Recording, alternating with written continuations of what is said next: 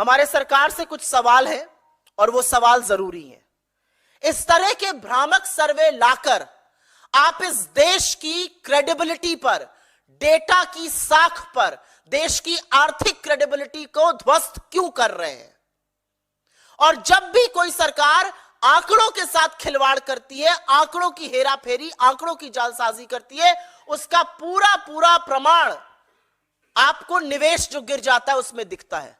आज private sector भी invest नहीं कर रहा है और एफडीआई भी लगातार निरंतर 3 साल से गिर रही है। 16 साल के सबसे निचले स्तर पर आकर एफडीआई खड़ी है, क्योंकि लोगों को अब आपके आंकड़ों पर यकीन नहीं है। हिंदुस्तान की एक क्रेडिबिलिटी थी, एक साख थी कि हम कुछ भी करते हैं, हम अपने आंकड़ों से खिलवाड़ नहीं करते हैं। आप क्यों लगातार इस देश की अर्थव्यवस्था, इस देश के आर्थिक आंकड़ों के साथ जालसाजी कर कर इस देश के आंकड़ों की प्रणाली के साथ खिलवाड़ कर रहे हैं, उनके साथ गलत कर रहे हैं?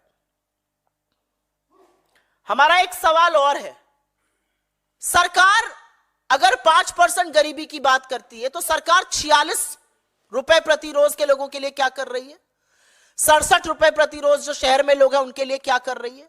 सरकार ये जो आर्थिक असमानता लगातार बढ़ रही है शहर और गांव के बीच में और अमीर और गरीब के बीच में, उस खाई को पाटने के लिए क्या कर रही है?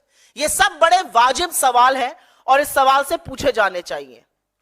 सरकार कहती है बहुत बढ़िया चकाचक मामला है, तो आय क्यों नहीं बढ़ रही है? क्या सरकार की कोई एजेंसी ये देखेगी कि अगर आय नहीं बढ़ रही है और खर्च ज्यादा हो रहा है उसका असर क्या हो रहा है? क्या सरकार की कोई एजेंसी ये देखना चाहती है कि सेविंग रेट क्यों गिर रहा है, लोग अपनी भविष्य की जमा पूंजी से क्यों पैसा निकालने को मजबूर है? सरकार उज्ज्वला का ढिंडोरा पीटती है और असलियत यह है कि ईंधन पर सिर्फ मात्र 1.5% लोग खर्चा कर रहे हैं। और सरकार की नीति आयोग से एक डायरेक्ट सवाल है। आप ही की मल्टी डायमेंशनल पॉवर्टी रिपोर्ट ने कहा था अभी कुछ ही हफ्तों पहले 11% मल्टी डायमेंशनल लोग गरीब हैं। अब आप कह रहे हैं 5% गरीब हैं। जुलाई 2023 में आपने कहा था कि गांव में 20% के लोग गरीब हैं। तो 20% लोग गरीब हैं, 11% लोग गरीब है या 5% लोग गरीब है? क्योंकि यह रिपोर्ट नीति आयोग की 3 रिपोर्टों पर यह आंकड़े आधारित है। तो नीति आयोग में कौन सी रिपोर्ट सच्ची है, इस बात की पुष्टि नीति आयोग सरकार की जरूर करे।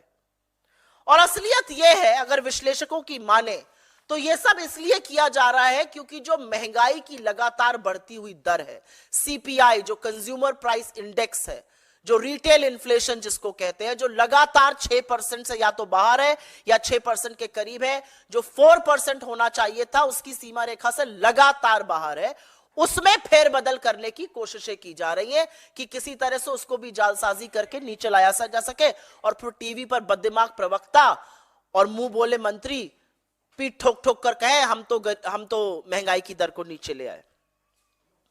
और अंत में मैं सिर्फ इतना कहूंगी कि सरकार ने और पीआईबी की प्रेस विज्ञप्ति ये मानती है कि advisory committee national account statistics ने उनके जीडीपी के बेस ईयर को 2017-18 में बदलने का सुझाव क्यों ठुकराया, क्यों वो आंकड़ा छिपाया गया, क्यों वो आंकड़ा नहीं आया, ये बात सरकार बताए।